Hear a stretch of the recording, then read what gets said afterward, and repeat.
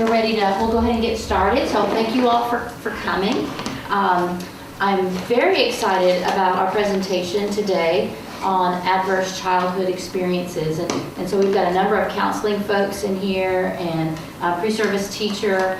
And as a former classroom teacher and now teacher educator, I am looking forward to what I'm going to be learning from you, Connie, in terms of adverse childhood experiences and what we need to know and how we can apply this. So this is Connie Kasha, the Director for Early Learning Programs here at Middle Tennessee State University.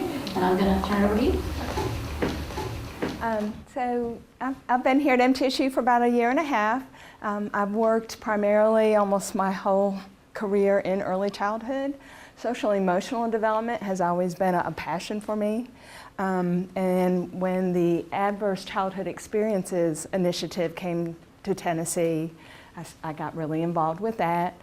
They had a grant that they put out last year and wrote. And my focus for this grant and for MTSU is to help students that are working with children to recognize and understand about adverse childhood experiences and the impact it has on them, the impact it has on you. You might see as we're going through this as well that, I've got some of those experiences too, and how that colors or, helps us be who we are today. I'm going to skip to the very end, kind of spoil it, but what we're really looking at in there is instead of asking somebody what's wrong with you when we come across somebody that doesn't kind of fit our mold, that we ask what happened to you. So it really is a mindset change of really thinking about relationships and experiences and where people have been and where they can go with that. So we start off talking about the role of life experiences. So I want you to we kind of talked a little bit, but talk to the person next to you. Tell them a little bit about your day thus far. Good things, things that happened that you weren't prepared for, or just what happened to you today, okay? Okay, and if you want to wrap up your conversation. So would anybody like to share something that they learned or that the other person, if it's okay with them to share what they shared or for you to share something? Let's start with something positive that happened that you might have shared today. I got to see the lunar eclipse this morning while I was running, and that was really You know what? So that's interesting that you say that, because when I woke up, I saw the full moon, and then I thought a shadow, but I thought it was a cloud. But I kept looking at it thinking, awesome, okay, fantastic. So that was something new. And anybody else? No? How about something that was unexpected or something maybe not positive that happened to you today? I locked myself out of my office just now. I'm sorry? I locked myself out of my office just now. Oh, no. I can go get the key, but... Oh, okay. But so somebody can help you with that. Yeah. That's good. Okay, so you've got some support there. Okay. How about you all? Traffic, okay, yeah, kind of sets us back, right? So how often do you get an opportunity to talk about your experiences throughout the day with people? Because they really do impact how our day goes. And it also impacts, as you're doing interactions, for people to kind of know, has this person had a good day to start with? Have they started off on a bad side? And so what can we do to support? So the mission for Building Strong Brains is to change the culture of Tennessee, to raise awareness of the philosophy, policies, programs, and practices for our children, our youth, and adults, to look at brain science and the impact it has on adverse childhood experiences. How many of you have heard of adverse childhood experiences? Okay, very good.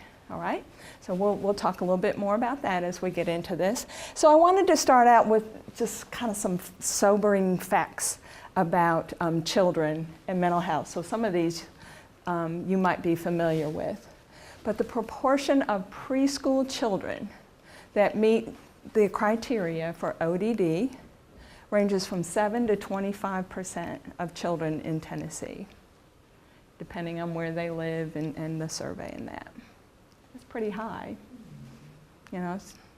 So we're talking about how early this starts. 20% of American children 9 to 17 have a diagnosed mental or addictive disorder as early as 9 years of age, right? And of those, 45% are living in poverty, and 50% of those kids will get suspended or drop out of school, which kind of limits where they go in the future, right? All right, so we know of our socially, emotionally disabled students that almost half of them will drop out of high school. At 2 years post-high school, I thought this was really interesting. 58% of youth have been arrested at least once, and 42% are on probation. All right, and then students with emotional disturbance reported use of alcohol, drugs, smoking at a much higher rate than a student that does not have that emotional disturbance. So we're seeing kind of the connection with what's happening, all right? 10 to 15% of typically developing preschool children have chronic to mild to moderate levels of behavioral issues. And one thing that I found through my work over the years is that teachers don't know how to help these kids, or they don't have the resources available to help them. And then, of course, poverty plays a major role in the prevalence of those children. So I thought this was a very interesting fact as well, that children who are identified as hard to manage at age 3 and 4 have a high probability of continuing to have difficulties in adolescence. So anybody here working with very young children currently? All right, so that little Johnny that you say, he's got some issues. If we don't change the trajectory of what's happening with him, more than likely he will for his entire life. Very interesting fact as well, the correlation between preschool aggression and aggression at age 10 is higher than that for IQ. So we know that IQ is pretty stable, but if we see this aggression really early with young children, generally it gets worse before it gets any better if there's no intervention. And so we know that there are some evidence-based practices out there that help support these young children and can make the difference. I like to use the trajectory model when you think about basketball and you stand at the goal line and you're throwing at the basket. There's nothing in between, right? So if you're doing this over and over again, more than likely you're going to make that basket, right? But if you've got Kareem Abdul-Jabbar that throws up his hands, what happens? Is he going to make it? Probably not, all right? So we've changed the trajectory. And so that's what we need to do. We need to raise our hands and change the trajectory of what's happening with our young children. One of my favorite quotes, every child needs one person crazy about them. We hope it's the parent, but sometimes the parent has so many things going on in their life that the best thing they can do for that child is get them to school, right? They just don't have anything else. So we don't want to blame that parent. But as teachers, as counselors, as supports to young children, we might be that one person that really makes a difference in that child's life. I have several friends, colleagues, that have spoken about their growing up, that they didn't have the family support, but there was one teacher that made all the difference in their life. And they talk about siblings in their family and how that sibling didn't have that teacher. And so the sibling didn't do as well as the other person because they had that one person that makes a difference in their life. So when we talk about brain development, we think about child development, it's the foundation. So just like when we're building a house, we want to make sure that we've got a very solid foundation, because with that healthy child development, we're looking at achieving educational goals, being economically productive, being a responsible citizen and thus reducing those juvenile delinquencies or prison for children, and lifelong health. Because there's a connection between what we do and how we're treated early on in life and our health, and how long we can live. And that's really where this study came from, the ACEs study, when all these people were presenting with all these medical, physical problems. Somebody said, well, let's look at what do these people have in common. And that's where the 10 ACEs factors came into play. And we'll hear more about that. But all of this then builds to successful parenting for the next generation, our healthy economy, which we want, and strong communities. So it all starts at birth.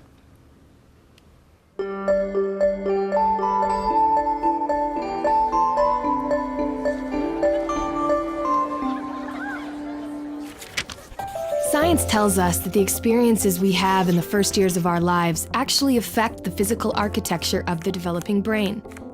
This means that brains aren't just born, they're also built over time based on our experiences. Just as a house needs a sturdy foundation to support the walls and roof, a brain needs a good base to support all future development. Positive interactions between young children and their caregivers literally build the architecture of the developing brain. Building a sturdy foundation in the earliest years provides a good base for a lifetime of good mental function and better overall health. So just how is a solid brain foundation built and maintained in a developing child? One way is through what brain experts call serve and return interactions. Imagine a tennis match between a caregiver and a child, but instead of hitting a ball back and forth across a net, various forms of communication pass between the two. From eye contact to touch, from singing to simple games like peekaboo. These interactions, repeated throughout a young person's developing years, are the bricks that build a healthy foundation for all future development. But another kind of childhood experience shapes brain development too, and that's stress. Good kinds of stress, like meeting new people or studying for a test, are healthy for development because they prepare kids to cope with future challenges. Another kind of stress, called toxic stress, is bad for brain development. If a child is exposed to serious, ongoing hardships like abuse and neglect, and he has no other caregiver in his life to provide support, the basic structures of his developing brain may be damaged. Without a sturdy foundation to properly support future development, he is at risk for a lifetime of health problems, development issues, even addiction. It's possible to fix some of the damage of toxic stress later on, but it's easier, more effective, and less expensive to build solid brain architecture in the first place. One of the things that sturdy brain architecture supports is the development of basic emotional and social skills, an important group of skills which scientists call executive function and self-regulation can be thought of like air traffic control in the child's mental airspace. Think of a young child's brain as the control tower at a busy airport. All those planes landing and taking off and all of the support systems on the ground simultaneously demand the controller's attention to avoid a crash.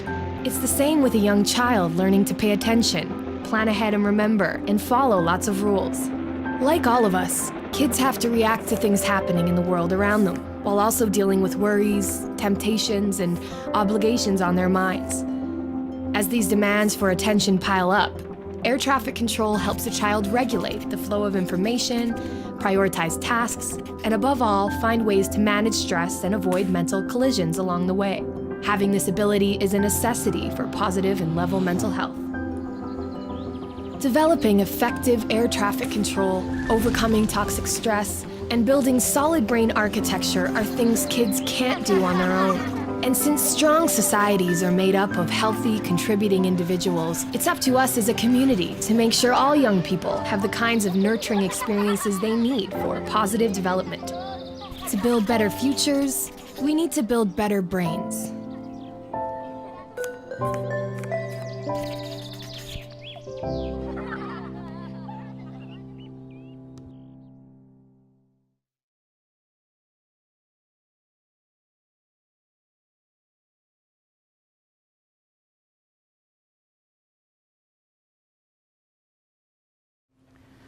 So we're going to kind of go into the things that they just talked about here.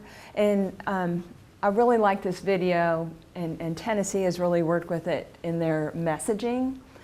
So you saw some things that you're very familiar with, like air traffic control, serve and return, the tennis back and forth, and those types of things.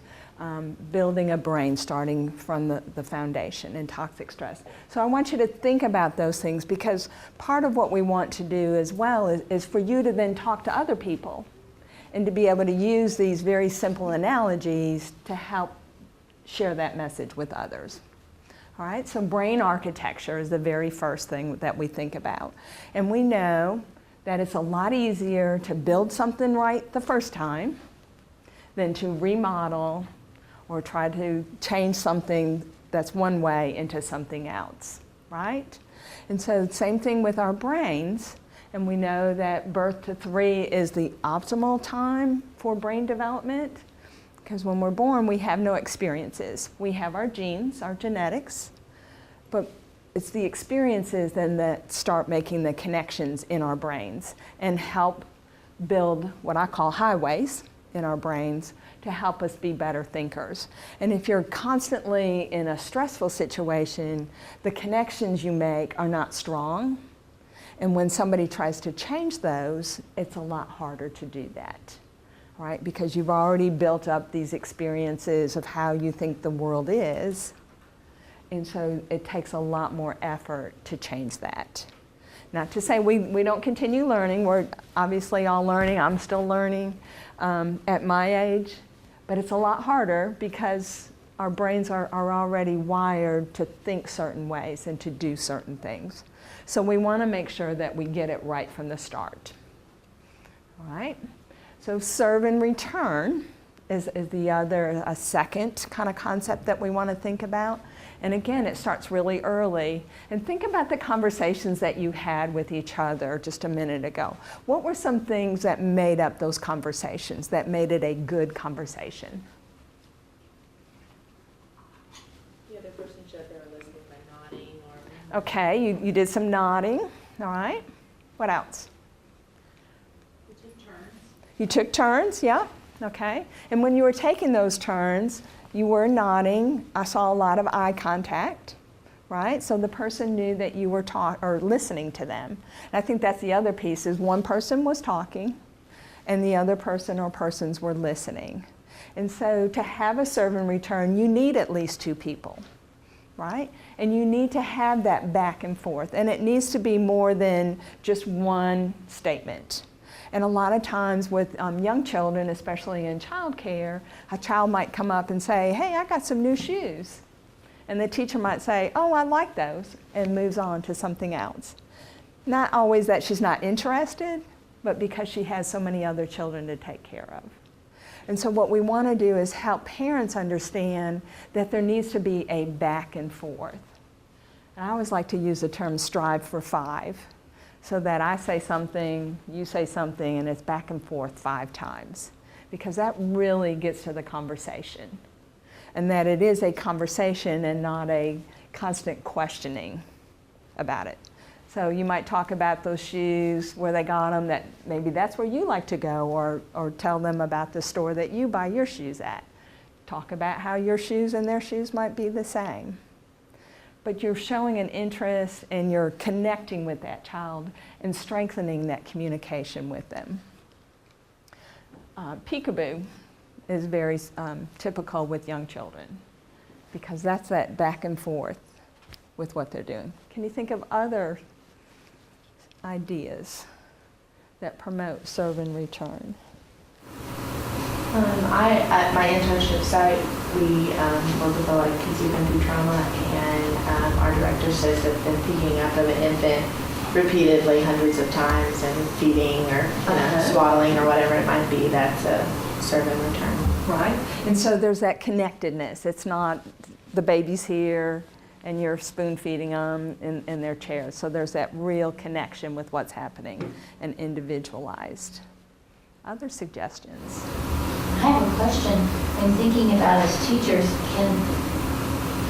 it sounds like it needs to be one-on-one, but could it be in a group discussion? Absolutely.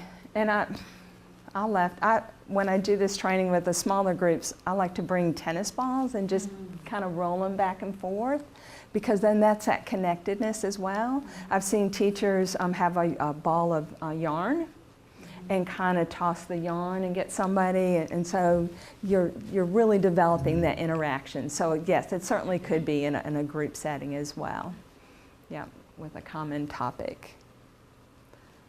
A lot of times with the younger kids, that birth to 3, you see more individual or 2 or 3, but definitely with older children could do that.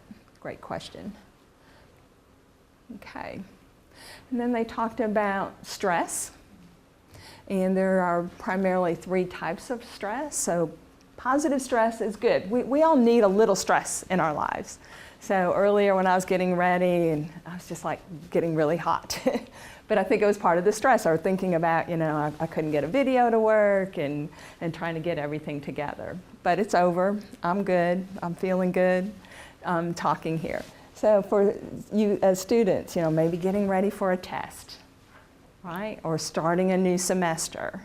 That can be stressful. But the thing with stress is that your body goes through that stress. You're releasing more hormone, or not hormones. What's the term? I forgot the term I'm looking for. May help me out. What's that? Endorphins. Endorphins, yes. And your heart rate, goes up and all that. But once it's over, everything's back to normal, and you're good. All right. So then we have tolerable stress, and that's where something more traumatic happens in our lives. But it's something that the stress can last longer, but it generally gets better because we have a support system in place to help us. All right. So if a child loses a parent, if they have the other parent that's there to help them through that, grandparents or other families and friends, it is hard, and it takes a lot longer than that positive stress to get over. But having a support system in place keeps it tolerable. And then you have toxic stress, and that's children that day in and day out, maybe they don't know where they're going to live, don't know where their next meal's coming from, they're living in an abusive family, either parent to parent or parent to child, sex abuse, drugs. So their normal isn't what we would consider normal, right? And that's where it can be very hard to overcome that, because if they're in that situation day in and day out, it makes it really hard for them to develop trust with somebody, to feel when they're at school, when they eat, they want to eat more and more and more because they're not sure where that next meal is going to come from, right? So there's things happening that keep them from processing information like we hope and want people to do. And when that happens, it causes health problems, mental as well as physical, because they just can't cope with what's happening. All right? And so again, we talked about that air traffic control and having to make decisions. And if you're in a constant state of stress, you can't think clearly. So when you come across a stressful situation, what happens is your emotional brain takes over. And so you start trying to solve problems based on your emotions rather than your cognitive, your thinking part of your brain. And so that's what they call the executive function, is our thinking part of our brain, and our ability to then kind of decide, what do I need to do first? What do I need to do second? What can I put off so we don't have those plane crashes, right? So the executive function skills that we're looking at is being able to focus attention, to stay on task, to be able to think and problem solve, to think ahead, what's going to happen next, how to regulate, to know that, okay, I'm upset and I know I can't hurt somebody because I'm upset. So what can I do when I'm upset to calm myself back down? Being able to then control those impulses, to stop when they need to. And then regulating and being able to go into unfamiliar territory or schedules. We find children that have a lot of stress in their lives, they need consistency, normalcy. They want to know that when they get to school, they're going to wash their hands, have a snack, do math, whatever. Somebody throws a kink in there and says, we're not doing that today, it throws their whole day off. And so we have to be prepared for that and say, okay, I know that Connie's going to have a hard time today because we're changing the schedule. So how do we help her know that that schedule's changing, and how do we help her get through that day, knowing that that's going to happen? So just looking at a couple different brains. This is a healthy brain and an abused brain. So the bright colors, the light up is what's happening in the healthy brain when things are happening, then the connections are positive. And so you see in the abused brain lots of black, lots of kind of dead space. The connections are just not being made there. And of course the front of the brain is our thinking part of the brain. And so again, we see a lot more activity in the cognitive, being able to make decisions, whereas with our abused brain, we see a lot of emotion happening.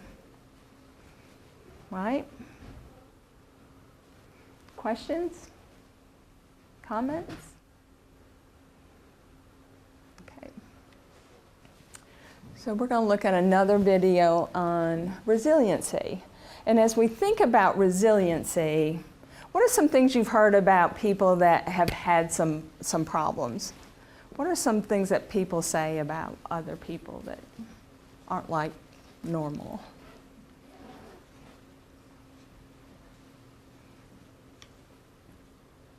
I'll throw one out. Damage done is damage done.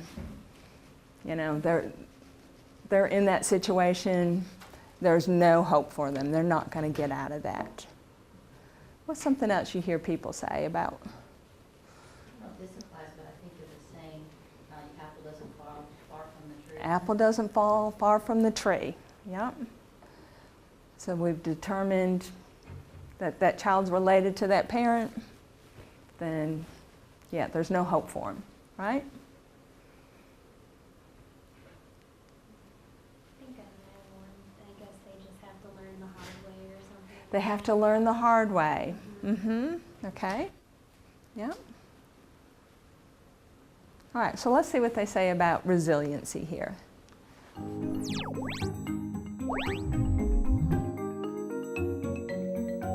You can think of child development as a scale that has two sides. A child's scale is placed in a community and has spaces on either side where experiences and environmental influences stack up over the course of development. One side gets stacked with negative factors like stress, violence, and neglect, while the other side gets loaded with positive factors like supportive relationships, skill-building opportunities, and community resources. In the same way that the weight on a teeter-totter affects the direction it tips, the factors that a child is exposed to affect how they turn out, the outcomes of their development. But the way the scale tips and the outcomes a child experiences are also a function of the position of the scale's fulcrum, which is like the genetic makeup of the child. The position of the fulcrum affects how the scale responds to factors that get stacked on either side and how easily it tips. We know that fulcrums start in different places for different children, and that this genetic starting point is an important factor in how a child responds to experiences and how they turn out. We also know that the position of the fulcrum isn't fixed. It's a sliding set point.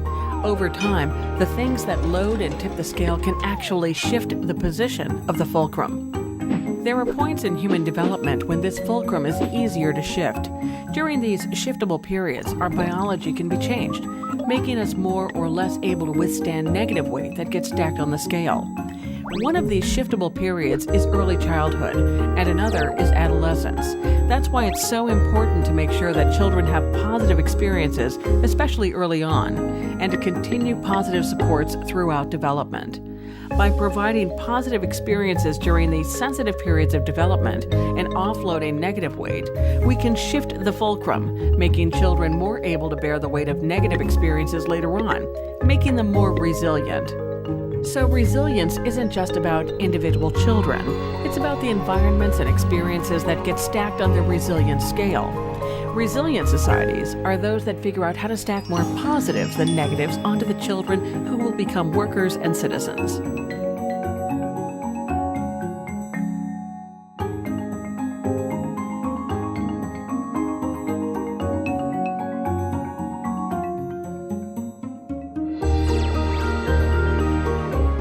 Okay, so when we think about resiliency, two things we want to think about: our genetics and our experiences.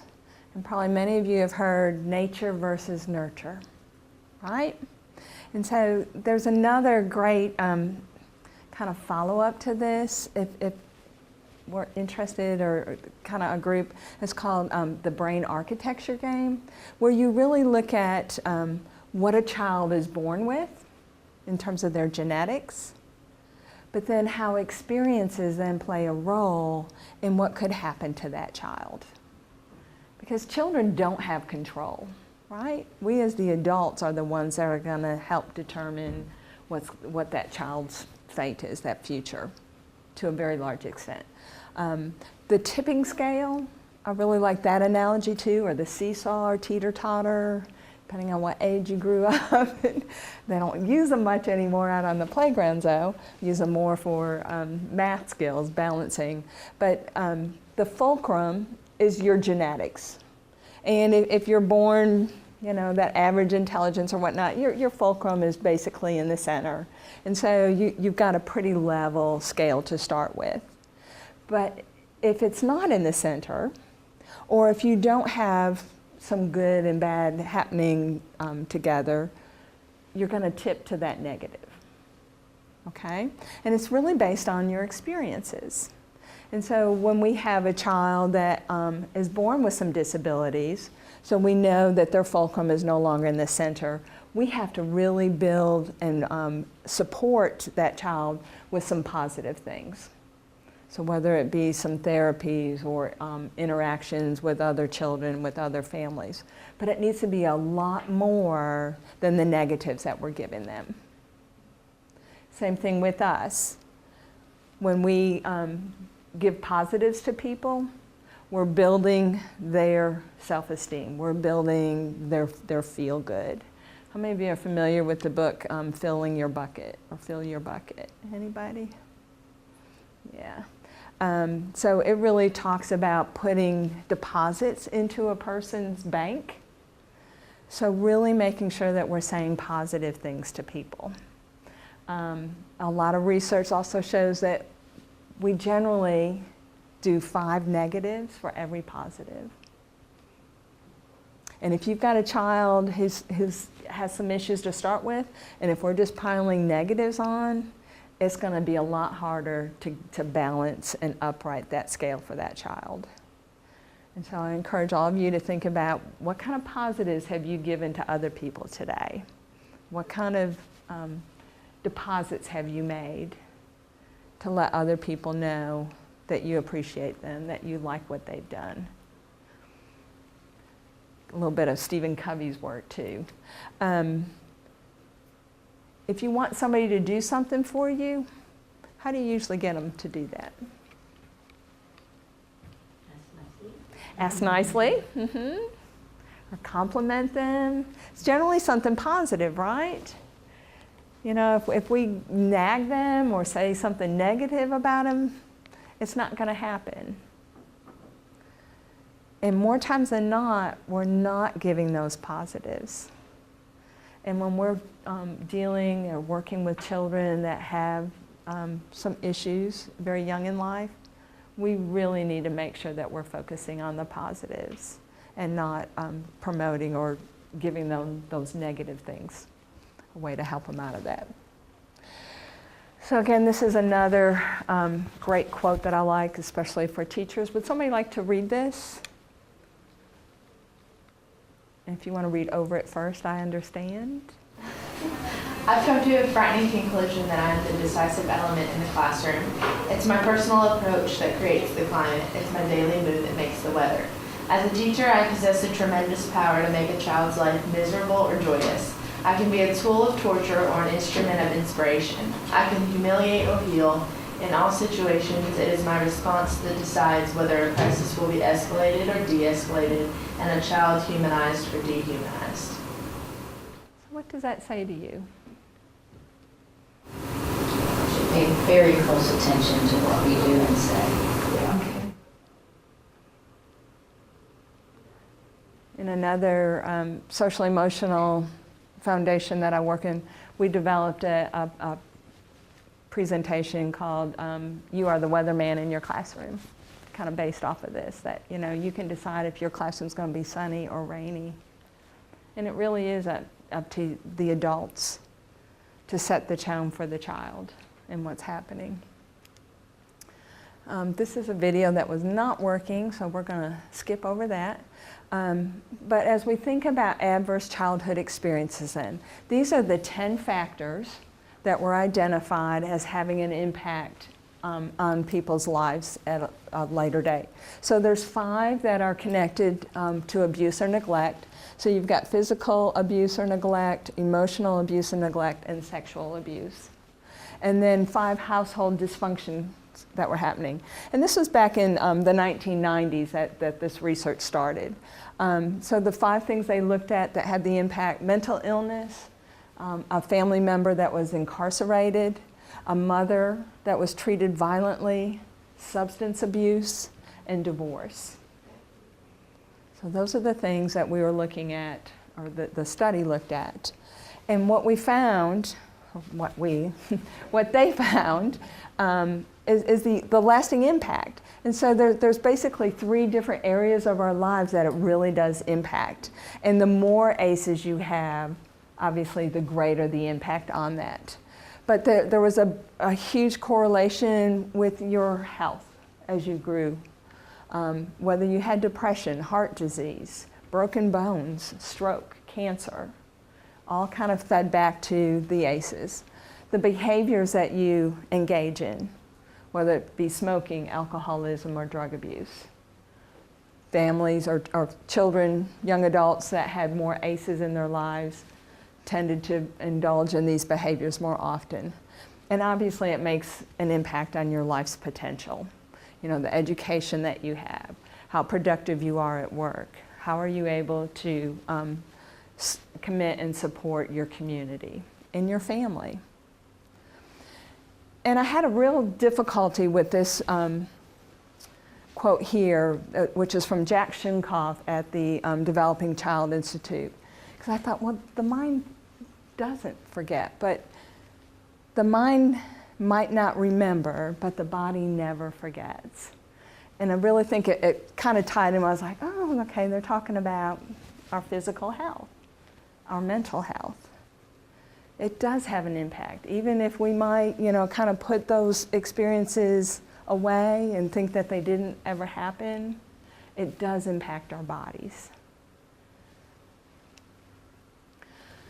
And again, just kind of looking at adverse childhood experiences and what it does. It starts early. It is the foundation of negative things happening. And so we want to try to break that cycle, right? Because if you've got those experiences, your neurodevelopment is impacted, your cognitive and social emotional development is impacted, the adoption of those health-related or health risk behaviors that we talked about, then the potential for disease and even early death. And this is kind of the oil spill, the impact of ACEs in a variety of different issues that happen. So if you have these ACEs, 33% greater chance of separation or divorce based on those. Alcoholism, 65% greater that you could be an alcoholic or that you are an alcoholic as a part of that. Mental illness, 69%. Promiscuity, intimate partner violence victim. So we see that the impact of all of these different ACEs have on our general behaviors and attitudes. So there was a study done here in Tennessee to determine what does it look like in Tennessee and how many people have ACEs. So 39% said none, 22% 1, 12 for 2, 9 had 3, and 17.5 had 4 or more ACEs. So 61% of people had at least one ACE. And then 27%, more than a quarter of people, had 3 or more ACEs. And this is specific to Tennessee, and I don't know exactly who took this assessment, but we know that based on this, Tennessee has one of the highest ACEs factors in the nation.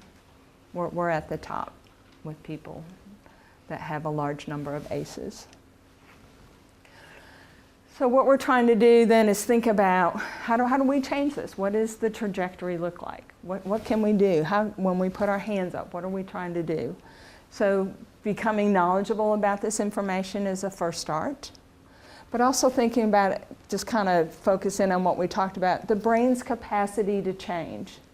So at birth is the greatest time to make a change, and that makes sense, right? Because we don't have any experiences. But as you see, as we age, the capacity to change dwindles. So almost immediately even, our capacity to change is changing.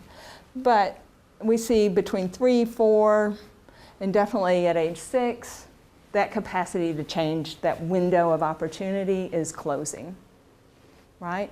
And if we want to build from the beginning and not have somebody put their hands up in those first few years, we need to make a difference here. This green line talks about funding that is spent on programs that could potentially change brain development.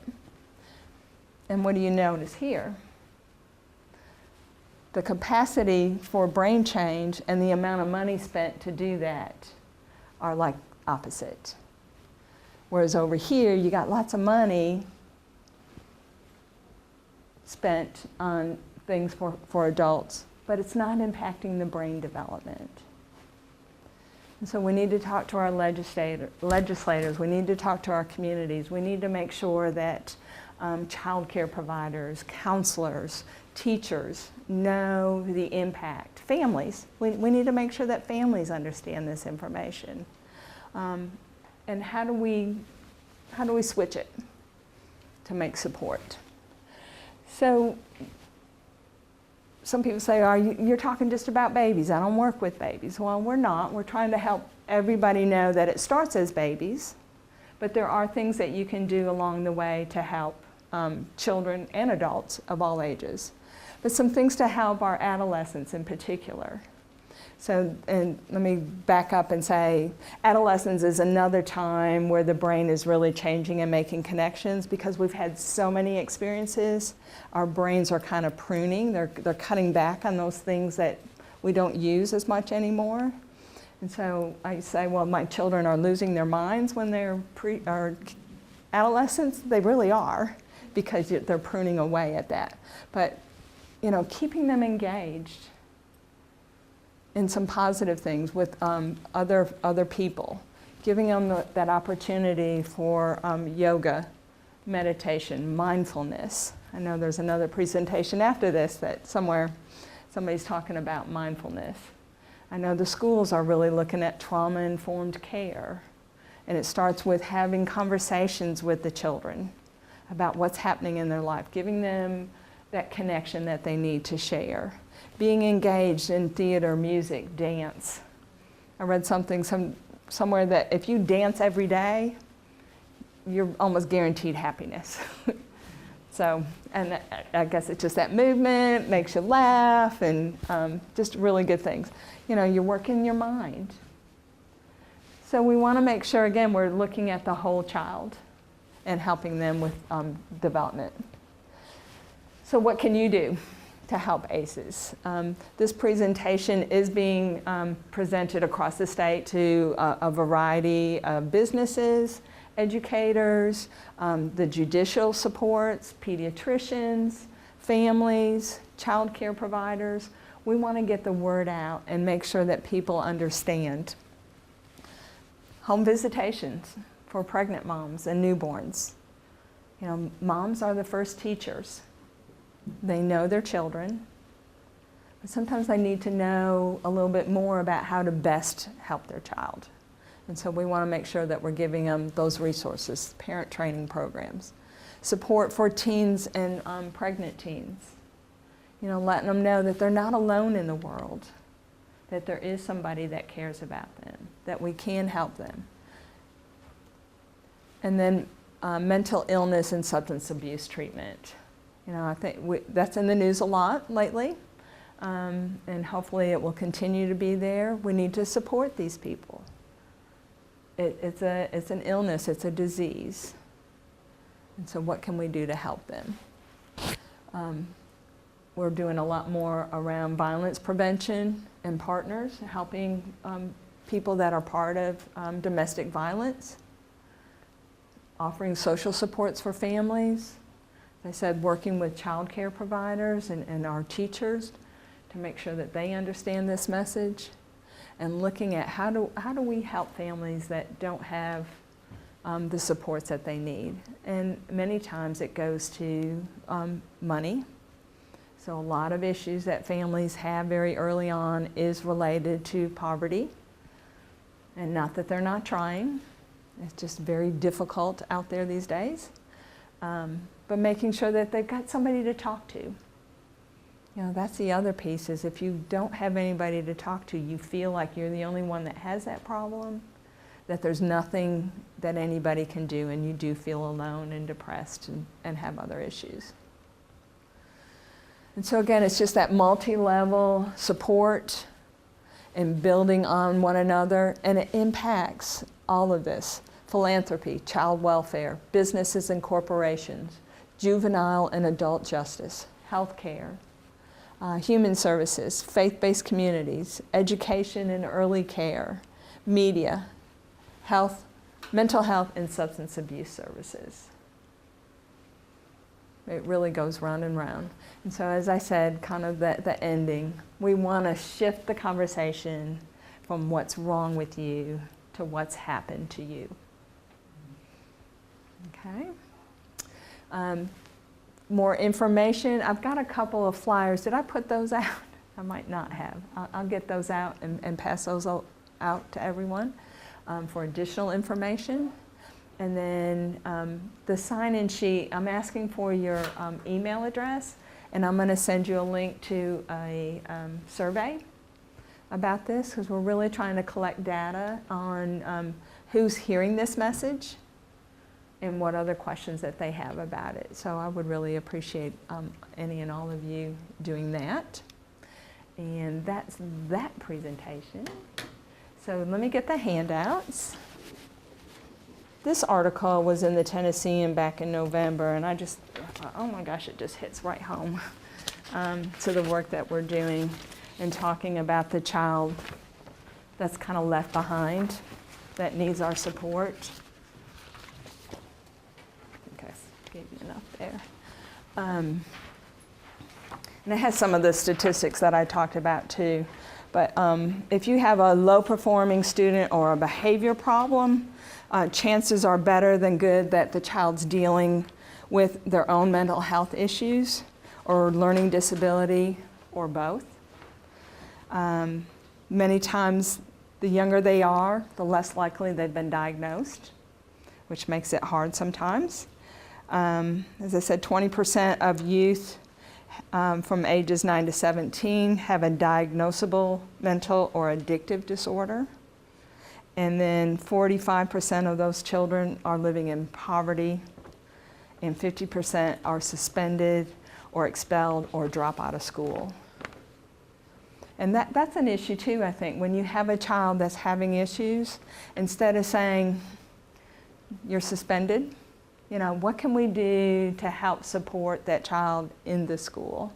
Because we're kind of feeding into what they've already learned, that, you know, that they're maybe not of value, that somebody'd rather just kind of push them aside than to ask them the questions and how they can help support them. Only 20% of children with mental illness are identified and receive mental health services. And then in that last paragraph it says that all of our efforts to reduce poverty, blight, crime, and violence in our community should begin when the child shows up at school and not when he goes home. Every decision we make to improve the general health, education, and welfare of our community should begin with what's best for the child immersed in mental health issues.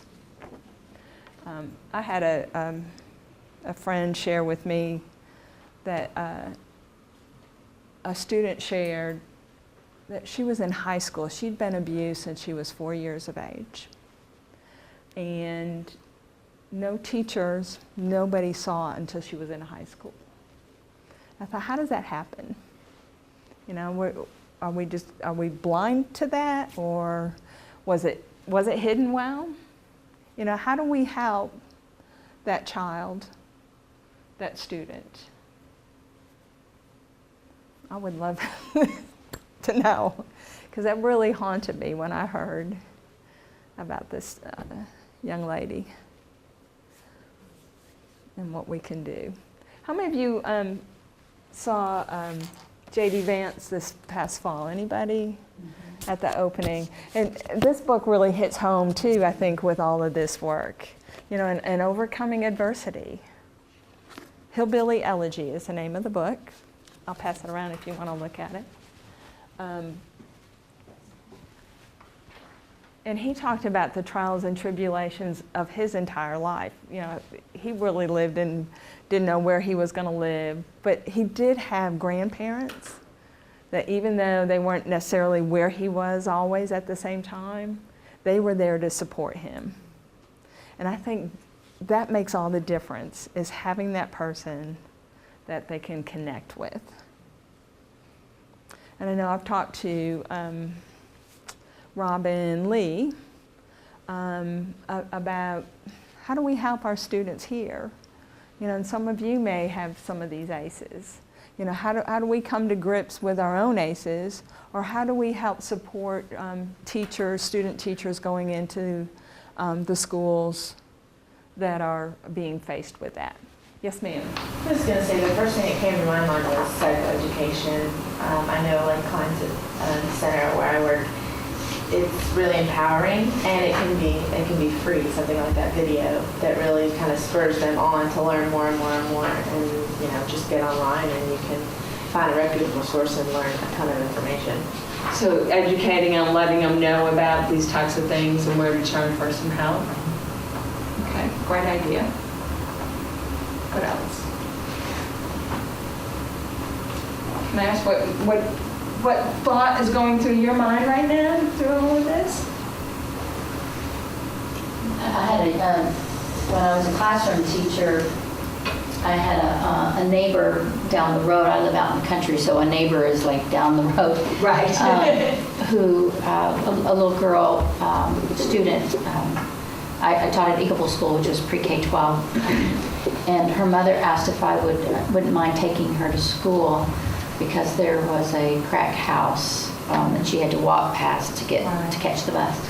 So I was happy to do that, and I got to school early, and then I coached after school, so she stayed with me, and she was probably, that was sort of about the second grade, and so she just got to be my little shadow with me all the time, and one day she began asking me questions that were not normal questions for that age, and I finally figured out she was trying to ask me if she was pregnant, and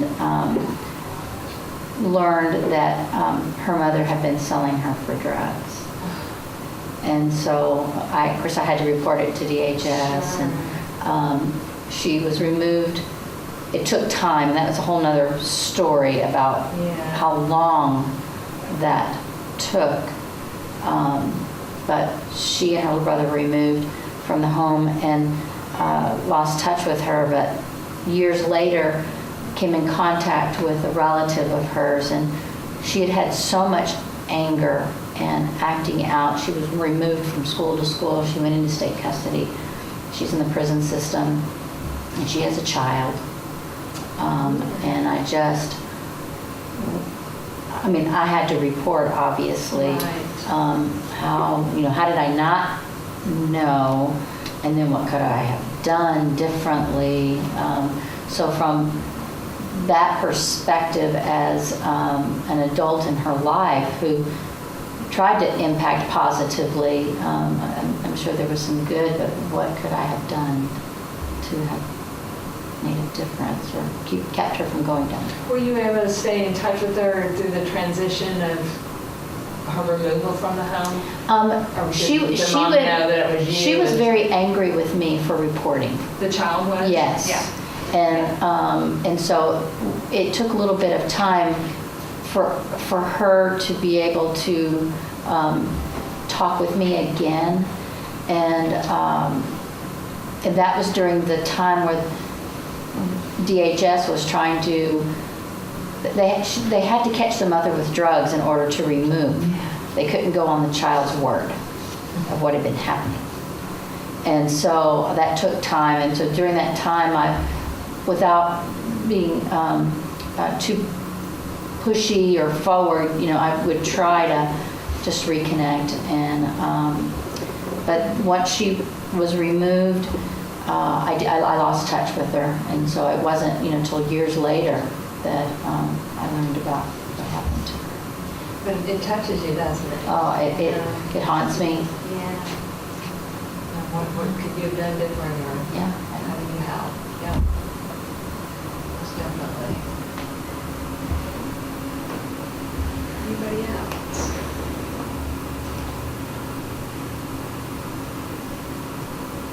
Any thoughts on what you might do different moving forward from here?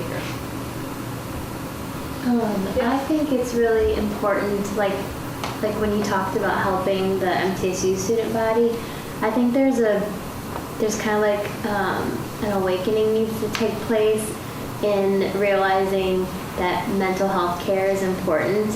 So there, who knows how many MTSU students are suffering from some sort of mental disorder, like, depression, anxiety, anything like that stems from childhood trauma. So I feel like we need to send a message somehow, I don't know how, man, it's kind of really broad, that it's okay to speak up and tell somebody and get help for what you went through, because you don't have to live every day, dealing with those things. And I feel like since a lot of people don't even realize that going to a counselor or getting help is even an option, because they might, from their family or whatever, they might think that that's just the way life is. Right. So I feel like we need to let students know it's okay to speak up and get help. Right. Well, I know at the beginning of the year, there's lots of different clubs that talk about different things, and I'm trying to think, because I've just been on campus a year and a half or so. But the love, something about the love and STDs maybe. I don't know, they did something big at the student union where students could go through and learn about. I thought, well, maybe, do we do kind of an ACEs survey with students and say, are you interested in talking with others? To do something around that. Make it kind of a fun, I don't know how you make mental health issues fun, but just really help raise awareness. I feel like it would be good to get, to have some sort of event like that, and then tell the professors to mention it at the beginning of their class. Like, hey, if you are experiencing any of these symptoms, or if you feel like this, or you have something you need to get help for, this is an event going on, or this is the number you can call, or this is the email address you can contact so you can get help. Last fall, there was an email that went out about the counseling services for students. I did see that. And I assume that students got it, but I forwarded it to my classes. Right. Just thinking, there's always time that somebody, we need to talk to somebody. And I had a student come to me later and said that was really helpful. Like, I really appreciate that. And I thought, oh, that's great. So even though it might be there, just like you said, those reminders, and that it's okay, that it's acceptable to need help or to seek help for different situations. Well, I know when Dr. Reynolds, I think he's a doctor now, or PhD, whatever, when he came and spoke, he talked about students that came from potentially, some rough, that they made it here to college, but to make sure that they connected with other people, that they didn't forget their heritage, or that they were able to talk about it with other people and not see it as a negative, but something, to help you reach out and support others. When I think about damage done is damage done, or the resiliency thing, and think about Holocaust survivors.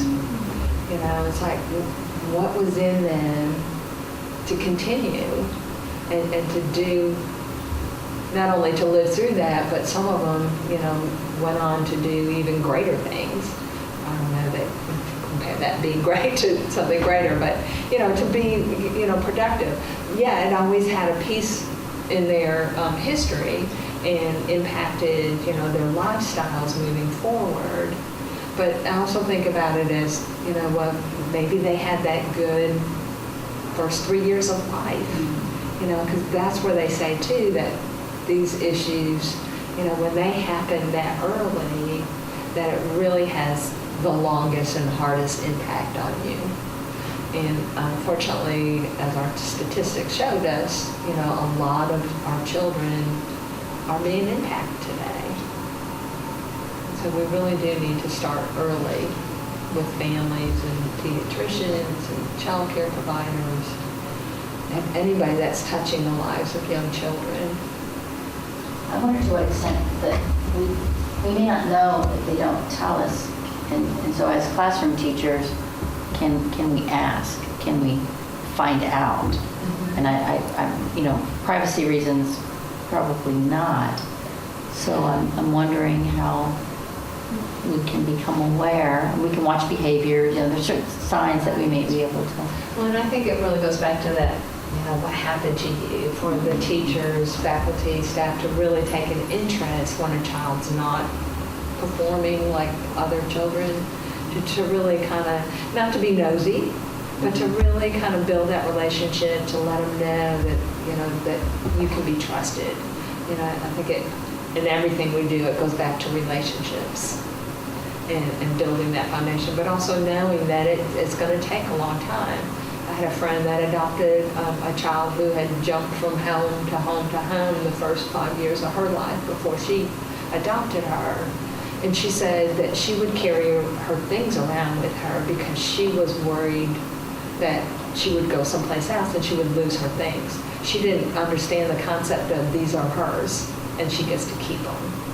I've heard stories at schools that a child would come to school with a backpack. The school said that the child would not take the backpack off. And instead of somebody saying, well, the rules say you can't have a backpack in the classroom, they, dug a little deeper to find out what happened to her. And it was kind of the same thing, that she was afraid if she put it down that somebody would take it. So it's just taking that extra step when we're working with children and families that have different needs or have grown up, with different ways of seeing the world, that we have to kind of figure out where they are and how to meet them there. It's not always easy. think you always have to look at the need underneath the behavior. There's always a need driving it, and if you can get down to that need and meet that need, then hopefully the behavior will improve or change to something more positive. Right. And I think it goes back to that positive too, like you said, yeah. That instead of dissing them for what they're doing negatively, try to figure out what can you do positively to help them and move them forward.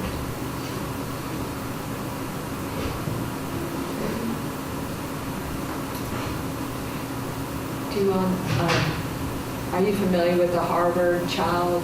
I'm drawing a blank on the actual wording of it. The developing child at Harvard University has great resources with more information about brain development and that. And Nancy, I don't know if we've got time. Do you want me to try to pull that up to look at it, or? I think it's sort of up to the group. I've written it down because I've got to Google it and look at it. So that's up to you all. There's other discussion.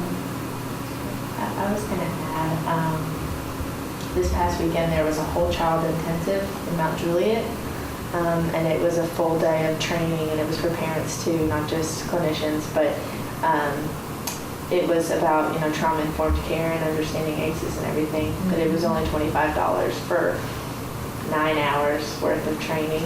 It was intensive, but it was really great. And it was trauma-informed care?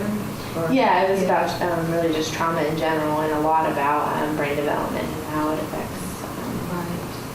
Right. Like I said, I don't know if there's another event or if you want to pull a group together. I said we've got this game called the Brain Architecture Game.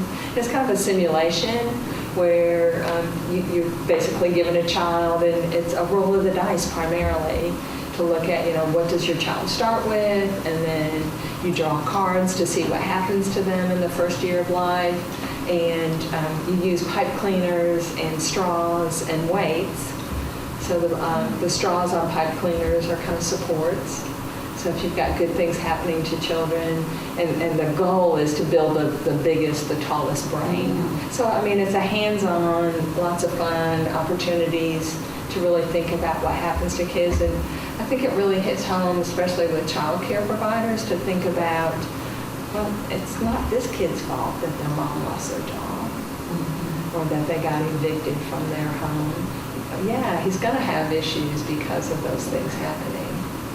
Well, when you're talking about that, it makes me wonder about our early childhood program. And I don't know if you've had any discussions with them, or like I'm thinking if I were an early childhood professor, I would love to have you come into my classroom and engage in this game, because it's, like you said, it's very hands-on. It really gives, it's a good analogy. Yeah. So that may be a possibility too. So I'm doing the human development class later this spring. Nice. Doing a session, Yes. kind of giving them the overview, because I always want to make sure people understand why we're talking about this game, so that they've got some foundation to start with there.